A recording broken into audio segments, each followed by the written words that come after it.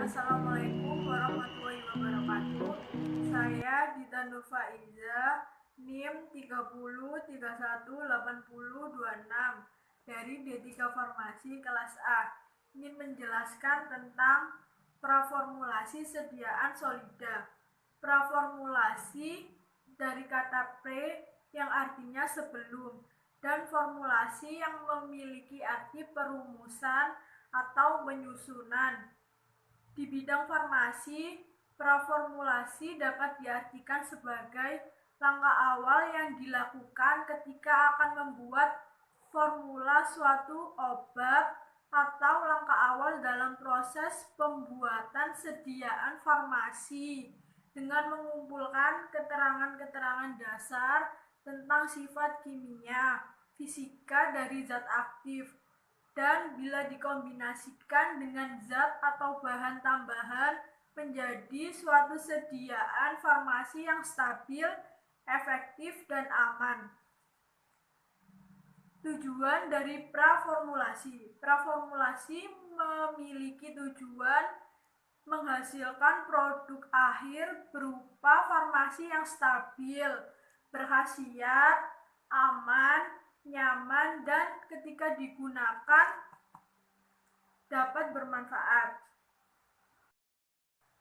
Dalam praformulasi, hal-hal yang perlu diperhatikan yaitu yang pertama, bentuk sediaan yang akan dibuat. Bentuk sediaan farmasi yaitu dalam bentuk padat, puyer, tablet, kapsul, dan supositoria.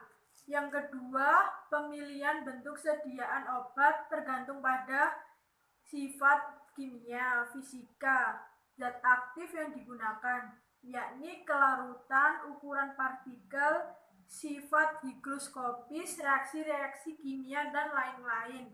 Kerja obat yang diinginkan secara lokal atau sistemik. Yang keempat, umur pasien. Untuk bayi dan anak-anak lebih disukai dalam bentuk puyer dan sirup. Untuk dewasa umumnya dibuat dalam bentuk tablet dan kapsul. Yang ketiga, bahan tambahan obat yang akan digunakan. Bahan tambahan yang digunakan dalam praformulasi harus kompatibel, dapat tercampur dengan bahan obat utama, zat aktif, dan bahan tambahan yang lain. Bahan tambahan dipergunakan untuk mendapatkan bentuk sediaan yang diinginkan. Contoh, sediaan tablet selain zat aktif digunakan bahan tambahan berupa bahan pengisi untuk memperbesar volume tablet dan bahan pengikat untuk merekatkan serbuk bahan obat dan bahan penghancur untuk mempercepat pecahnya tablet di dalam lambung. Dan yang terakhir, bahan penyalut yang digunakan untuk memperbaiki kestabilan, mengontrol penghancur, dan mempercantik tampilan tablet. Kemudian, kenyamanan saat penggunaan. Rasa yang tidak enak dari obat dapat ditutupi dengan penambahan korigen saporis. Bau yang tidak enak dapat ditutupi dengan korigen adoris, dan warna yang kurang menarik dapat ditutupi dengan korigen kaloris.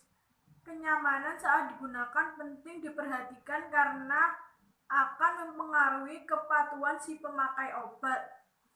Rasa yang pahit dari obat tertentu, misal ampicillin.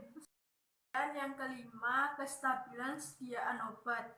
Selama penyimpanan, sediaan obat harus tetap dalam keadaan yang stabil, tidak menampakkan tanda-tanda kerusakan, seperti terjadi perubahan warna, bau, rasa, timbulnya kristal pada permukaan tablet atau kaplet, misalnya air dan minyak pada sediaan krim atau emulsi.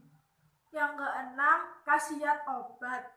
Untuk menjaga khasiat obat, perlu diperhatikan pemilihan bentuk sediaan. Contoh, jika zat aktif tidak stabil dalam media cair, maka tidak diformulasi dalam bentuk cair.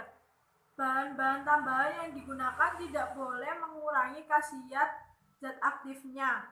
Dan pemberian petunjuk cara penggunaan yang benar. Sekian penjelasan dari saya. Wassalamualaikum warahmatullahi wabarakatuh.